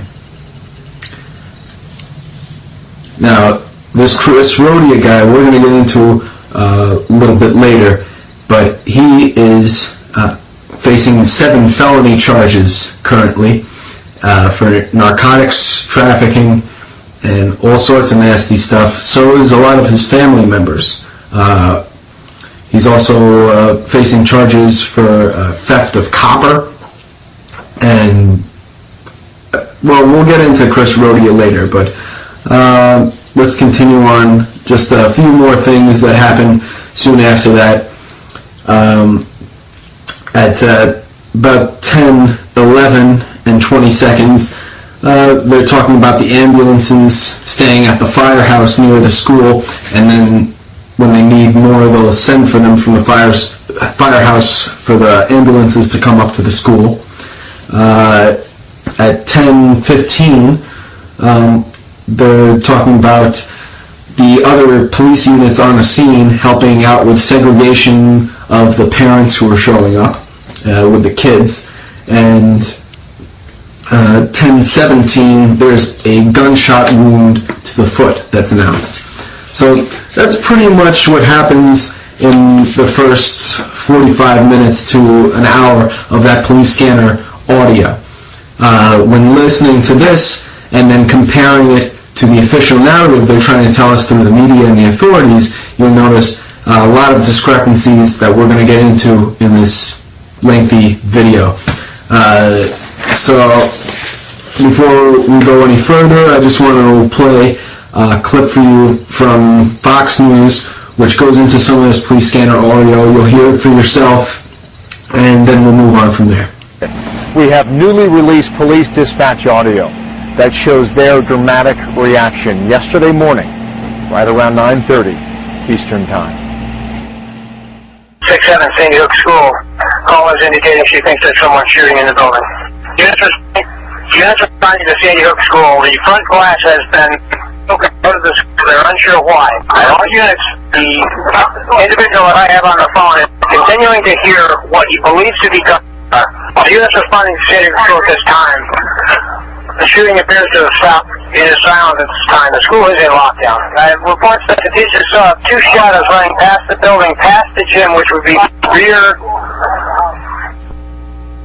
base. They're shooting. Yeah, we got them. They're coming at me down Cross Point. Okay, these units in the school, I got bodies here. But get ambulances. There will be, unfortunately, many more audio recordings like that tell such a dramatic story about what was happening when those police officers walked into that scene of carnage inside that classroom. You heard one responder talk about seeing broken windows at the school.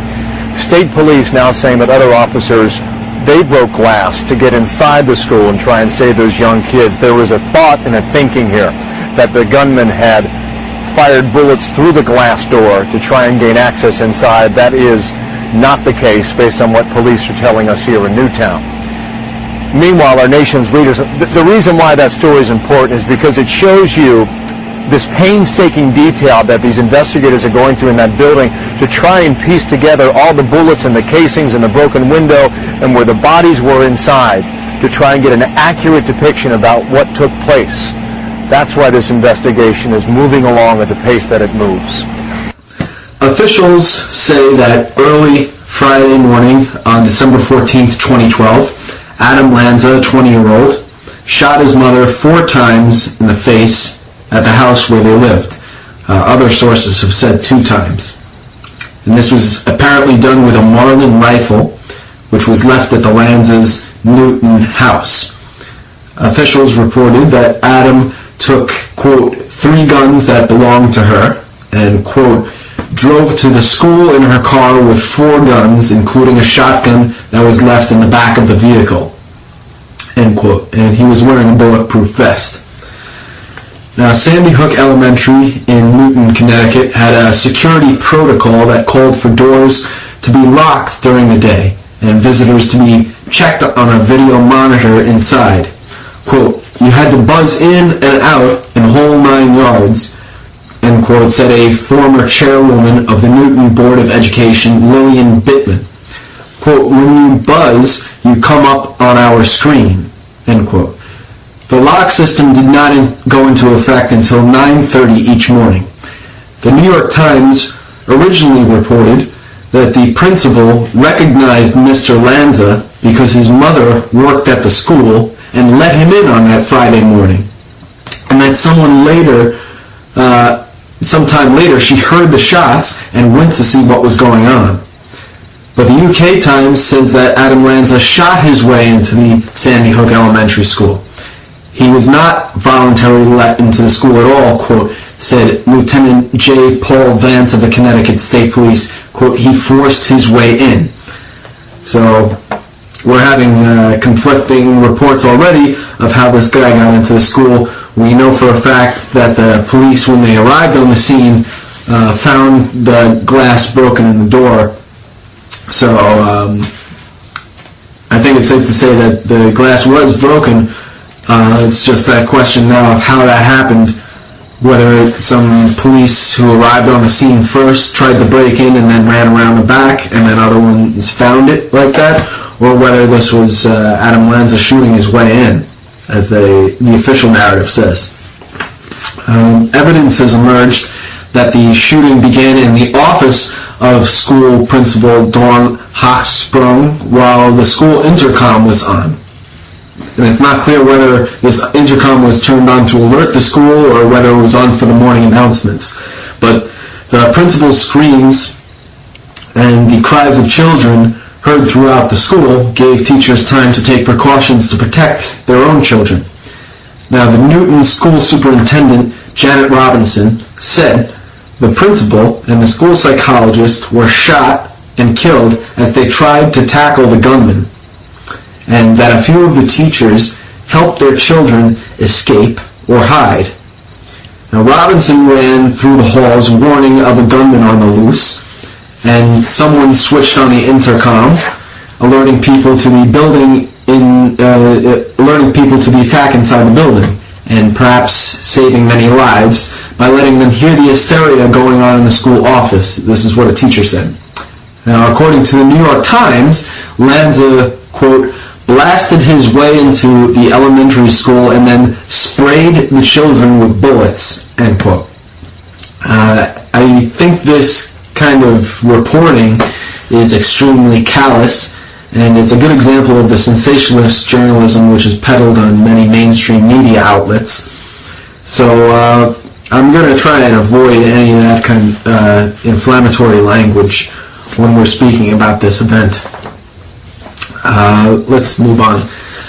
Lieutenant Vance, the spokesperson for the Connecticut Police, said that the shooting took place in 2 nearby classrooms at Sandy Hook Elementary School, which has students in kindergarten to grade 4. And this is in a community of 27,000 northeast of New York City. Marion Jacob, a library clerk, said she initially herded students behind a bookcase against a wall, quote, where they can't be seen. And she said that spot had been chosen in school practice drills. But on that Friday morning, she had to move the pupils to a storage room, quote, because we discovered one of our doors didn't lock, end quote. Miss Jacob said the storage room had crayons and paper and that they tore up for the children to color while they waited. Quote, they were asking what was going on, she said. We said, we don't know. Our job is just to be quiet. And that's an end quote. But she said that she did know because she had called the school office and learned the school was under siege. And that's an interesting bit of information, that she was able to call the school office and learn what was going on. Robert Licata said his 6-year-old son was in class when the gunman burst in and shot the teacher. That's when my son grabbed a bunch of his friends and ran out the door, quote, he said. Quote, he was very brave. He waited for his friends, quote. He said the shooter didn't say a word. Now, Stephen Del Giadice, I'm not sure how to pronounce the last name, but it's Delgiadice, said his 8-year-old daughter heard 2 big bangs and teachers told her to get into a corner. His daughter was fine. Quote, it's alarming, especially in Newton, Connecticut, which we always thought was the safest place in America, end quote, he said. Danbury Hospital was the only hospital to take in victims from the shooting, admitting 3 patients. Doctors said that at a news conference that they cleared 4 trauma rooms to treat shooting victims. And Richard Wilford's 7-year-old son Richie, who's in the 2nd grade at the school, told him that he heard a noise that, quote, sounded like what he described as cans falling, end quote. The boy told him a teacher went out to check on the noise, came back in, locked the door, and had the kids huddle up in the corner until the police arrived. And 1st grade teacher Caitlin Roig, 29, locked her 14 students in a class bathroom and listened to, quote, tons of shooting until the police came to help. Some of the statements and some of the sound we've been hearing throughout our coverage today. Let's play some of that for you right now. Another friend of mine said that there was a masked man came in and just started shooting. When we were gone doing morning meeting, we heard like shots and everybody went on the ground and Miss Martin just closed the door and we went to the corner. I heard something like a person was kicking on a door.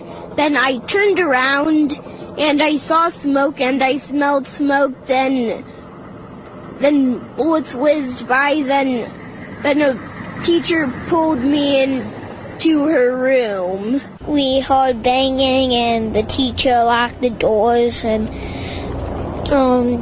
we all went behind. We all went over to a corner and the teacher was supposed to keep us complicated. All the police officers had machine guns. One of the 1st grade teachers died. That's a lot for any of us to handle. Well, we found like there was all these people, and we found out because there was like right near the window in our classroom, and like we saw like police officers and we heard them on the roof and in our building.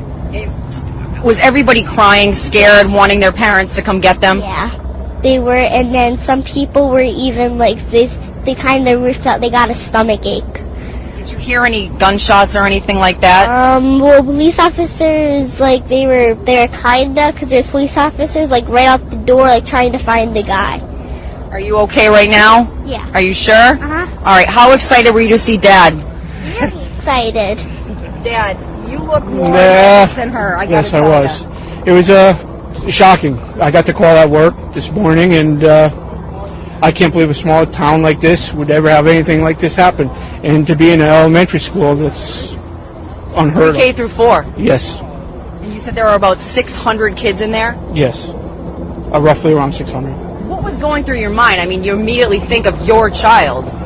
Yes, I was pretty shaken up. Didn't know, who or what happened. I knew there were shooters in the building or a shooter. Just worried about who else is left in the building at this time. Mom, what do you think about this scene here in Newtown? It doesn't even seem real. It just does not seem like it's even possible. It's like you read it in the paper or see it in the news, you're like, oh my God, that poor family. And then you have something happen so close to home. It's like, I think I'm still in shock, to be honest with you. I'm just like, okay, let's go get her cell phone activated right now. And so the teachers, we heard like lots of bangs, and we thought that it was the custodian knocking stuff down. We heard screaming, and then a police came in. It's like, is he in here? Then he ran out, and then our teachers, then somebody yelled, get to a safe place. So we went to the closet in the gym, and we sat there for a little while, and then the police, were knocking on the door, and they're like, we're evacuating people. So we ran out. There's police about at every door. They're leading us down this way, quick, come on. And we ran down to the firehouse. There's a man pinned down to the ground with handcuffs on, and we thought that was the victim. We really didn't get a good glance at him because he was, there's a car blocking it. Plus we were running really quick. Now, in the end, 20 young students and 6 staff members were reported dead. Adam Lanza was then said to have turned the gun on himself.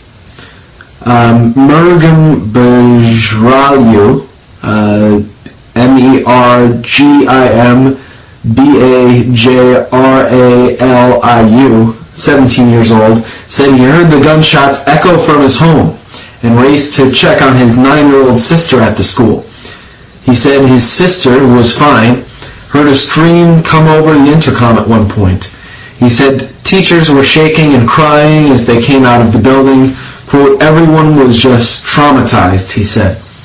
Melissa Macris, M-A-K-R-I-S, 43, said her 10-year-old son Philip was in the school gym. He said he heard, quote, he said he heard a lot of loud noises and then screaming. Then the gym teachers immediately gathered the children in a corner and kept them safe in a corner, quote, Macris said. The 4th grader told his mother that the students stayed huddled until police came into the gym. He also told her that he saw what looked like a body under a blanket as he fled the school. Quote, he said the policeman came in and helped them get out of the building and told them to run, quote, Macris said, quote, and they ran to the firehouse, quote. Now, this person that the student saw underneath a jacket, apparently, may have been this Chris Manfredonia parent who was detained briefly. We're not sure. Dorothy Worden lives across the street from Christopher and Lynn McDonald, who lost their daughter Grace in the rampage. Ms. Worden remembered seeing Grace get on a bus Friday, as she did every morning at 8:45, and shortly afterwards she received a call that there had been a lockdown at the school, something that happens periodically, she said, because there's a prison nearby. And it was only when she saw police cars from out of town speed past her that she knew something was seriously wrong. State police received the first 911 call at 9:41 a.m. and immediately began sending emergency units from the western part of the state. Now, they're saying they received the first 911 call at 9:41 a.m., but the police scanner audio begins at 9:36 a.m. when they show up to the school. So I'm wondering how they're explaining away that discrepancy. They're also saying in the official narrative that it was silent in the school when police officers rushed in with their guns drawn. But we know from the police scanner audio that there were shots being fired several minutes after the police arrived on the scene, and that the police were reporting this. So when the police entered the school, they found multiple 30-round magazines and hundreds of bullets, apparently. CNN reported a body was found in a classroom.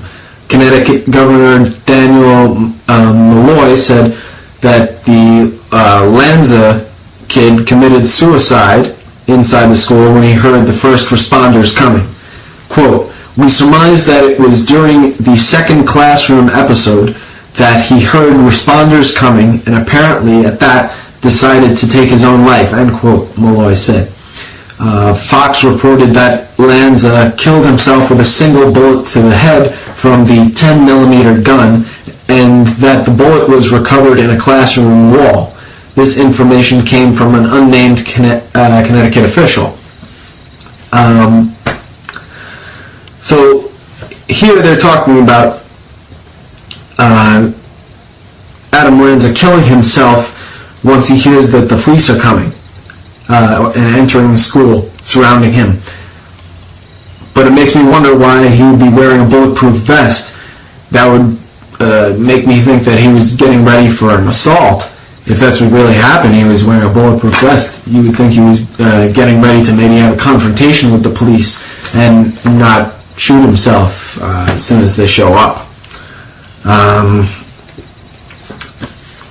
So let's move on. Also among the dead were teachers Rachel Davino, Anne Marie Murphy, Victoria Soto, also known as Vicky Soto, and Lauren Rousseau, who had recently started as a full-time substitute.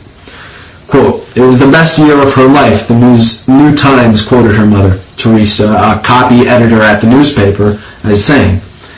Mrs. Soto reportedly shooed her first graders into closets and cabinets when she first heard the shots, and then, by some accounts, told the gunman the kids were in the gym. Some people say that she said the auditorium. Her cousin, James Wilsey, told ABC News that she had put herself between the gunman and the kids and lost her life protecting those little ones, end quote. Victoria Soto's family says she had her students huddled behind her, trying to protect them when she was shot and killed at the elementary school. Her cousin says the hardest part was waiting to hear whether she had survived or not. And at that point, it was the hardest for the whole family, just a waiting game, to receive word on what happened to Vicky's class. Also killed, Lauren Rousseau, hired just last month as a permanent substitute teacher. Her family says she always wanted to be a teacher since before she even went to kindergarten. School psychologist Mary Sherlock says on her webpage she has 2 daughters in their 20s, married 31 years, and goes to a lake house with her husband in upstate New York. And the principal, Dawn Hochsprung, who friends and parents describe as fun and personable with kids, but serious about teaching. She was exuberant, she was just an incredible educator, and to lose somebody like that in our district, you know, it's sad. She was a personal friend and a wonderful leader. She had recently overseen the installation of a new security system requiring every visitor after 9:30 a.m. to get buzzed in and show ID. She truly did believe in creating an environment where children felt safe. I think that that's really the tragic irony of this entire situation. She was also a parent herself, raising 2 daughters and 3 stepdaughters. Friends and parents say Hochsprung was passionate and dedicated, tough but caring, and one said the kids loved her. The principal, who, God bless her, lost her life, was just a very special person, and all the parents knew that. Wolf Blitzer, CNN, Newtown, Connecticut. On Friday afternoon, family members were led away from the firehouse near the school, some of them weeping. A man in a t-shirt put his arms around a woman as they walked down the middle of the street. Now this, from pictures, can be seen as Robbie Parker, the alleged father of a girl who was killed in this event. Robbie Parker, I assume he's going to come out to the microphones now and make a statement. Looks like the family is there, and they're getting ready to come to the microphone, so we'll listen in. Okay.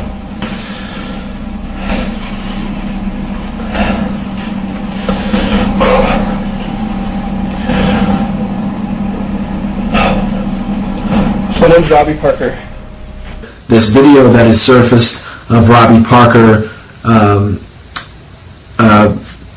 just before he gives a press conference where he is seen laughing and smiling, and it seems very out of character for somebody who's supposed to be a grieving father, especially when he takes a few seconds before he gives the press conference to almost get into character or compose himself somehow, where he makes a drastic change from smiling to, breathing heavy. And I've been an actor for over 20 years now. I know what getting into character looks like, and that's what that looks like. There are sons and their daughters, and as a result they spoke and made a statement. So we'll see if Robbie Parker, I assume he's going to come out to the microphones now and make a statement. Looks like the family is there, and they're getting ready to come to the microphone, so we'll listen in. Okay.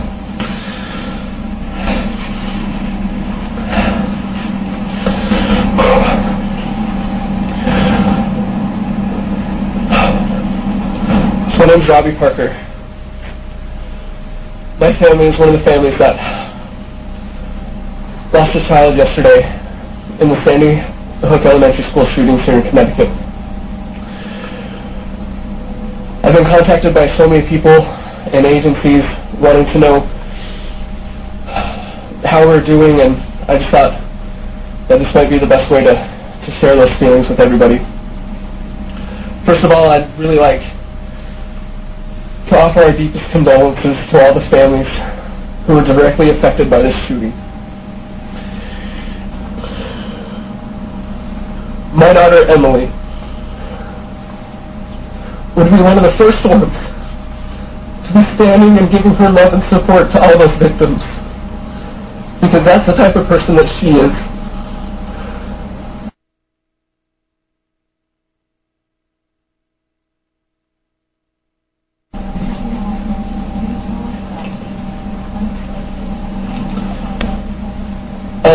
The best way that I've been seeing that is I have two really good friends at home who've set up a Facebook page to help raise money for Emily. And when I've gotten on that and just seen the number of people who have commented and expressed their condolences, it's been quite overwhelming.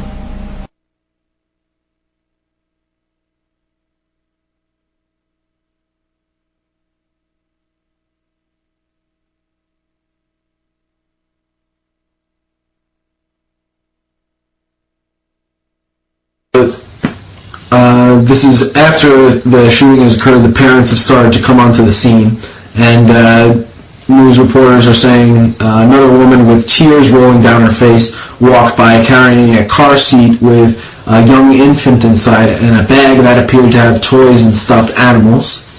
And the bodies of those killed were still in the school as of 10 p.m. December 14th. Now, identification belonging to Ryan Lanza, not Adam Lanza, was found at the scene of the shooting. Ryan Lanza is Adam Lanza's brother. And this is what federal sources told ABC News. Law enforcement officials also told NBC News that the gunman was Adam Lanza's brother, Ryan, and that they had sent out a bulletin to local and federal law enforcement agencies to that effect. Now, when authorities went to Ryan's home in Hoboken, New Jersey to search it, they unexpectedly found him there. This brother was later brought in for questioning, but a law enforcement official said that he was not believed to have a role in the incident, and investigators were searching his computers and phone records, but Ryan Lanza told law enforcement he had not been in touch with his brother since about 2010. Ryan said it was possible that Adam had his ID, and that his brother Adam had a history of mental problems, but the nature of them was not clear. Kind of strikes me as odd that if he hadn't seen his brother in almost 3 years, why would his brother have his ID on him when he goes to commit a mass shooting in an elementary school? Just another one of those things that doesn't exactly make sense about this. At least one law enforcement official has said Adam has been diagnosed with Asperger's, a mild form of autism, often characterized by social awkwardness.